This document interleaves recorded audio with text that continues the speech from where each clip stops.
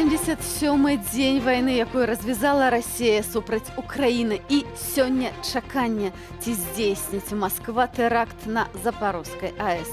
Вітаем вас, гэта студыя Белсат, і гэтай ранішняй гадзіны правядзем для вас. Я Алина Коушик, и мой коллега Игорь Винявский. Приветствую вас. 19 августа, пятница, 8 утра. Ну, как уже Алина сказала, вот об этом мы сегодня будем говорить, и более подробно теперь узнаем еще, о чем мы в ближайшие 2 часа вам расскажем. Украінцы гэта космас, меўся быць Байрактар, будзе яшчэ і спадарожнік. Українці, ви сила. І наша єдність дає нам надію на перемогу, бо непереможні, коли об'єднані. Военная поддержка Европы снижается. Почему Запад не спешит помогать Украине? Сёння выходны на Запорожской атомной электростанции. Ці Расія учыніць новы Чарнобыль. Беларусь адзін з рэкардсменаў не толькі ў спорце ці эканамічных дасягненняў, але ў зваротах грамадзянаў у камітэт па правах чалавека ААН. Напэўна, таму так званым беларускім парламенце ідзе падрыхтоўка да разгляду законапраекта аб дэанансацыі міжнароднай дамовы аб падачы скаргаў у ААН аб парушэнні правоў чалавека. Падрабязней у матэрыяле Владислава Корсака. Законопроект о ликвидации режимом Лукашенко возможности белорусов обращаться в ООН о нарушении своих прав находится сейчас на рассмотрении, как бы цинично это ни звучало, Постоянной комиссии по правам человека, национальным отношениям и средствам массовой информации Республики Беларусь. Чем мешает режиму возможность обратиться в Организацию Объединенных Наций? Я думаю, что мы уже впереди, мы стали первым, были на 2-м месте, сейчас, я думаю, первым по количеству таких обращений. И, конечно, власти это напрягает, каждое дело рассматривается индивидуально, все вот эти нарушения как справедливого судебного процесса, так и жестокое обращение, пытки, свобода мирных собраний. Рэжым не хоча, каб увесь сусвет бачыў, што адбываецца ўнутры краіны. Фактычна тое, пра што кажа ўся дэмакратычная супольнасць, што з 2020 года тэмпы геноцида беларускага народу набралі неймаверную хуткасць і не збіраюцца спыняцца па сённяшні дзень.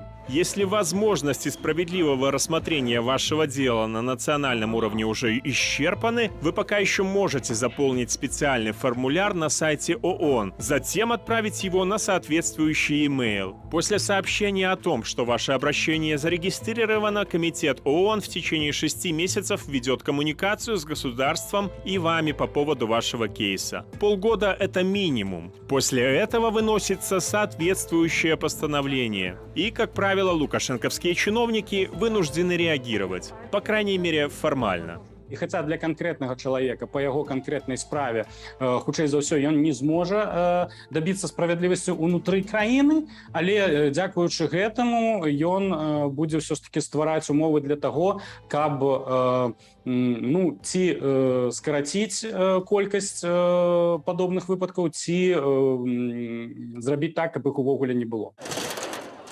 Опытом подачи такой жалобы и реакции ООН поделилась с нами белоруска, которой во время разгона площади 2010 года силовики сломали ногу. Комитет ААН принял постанову, что милиция повинна,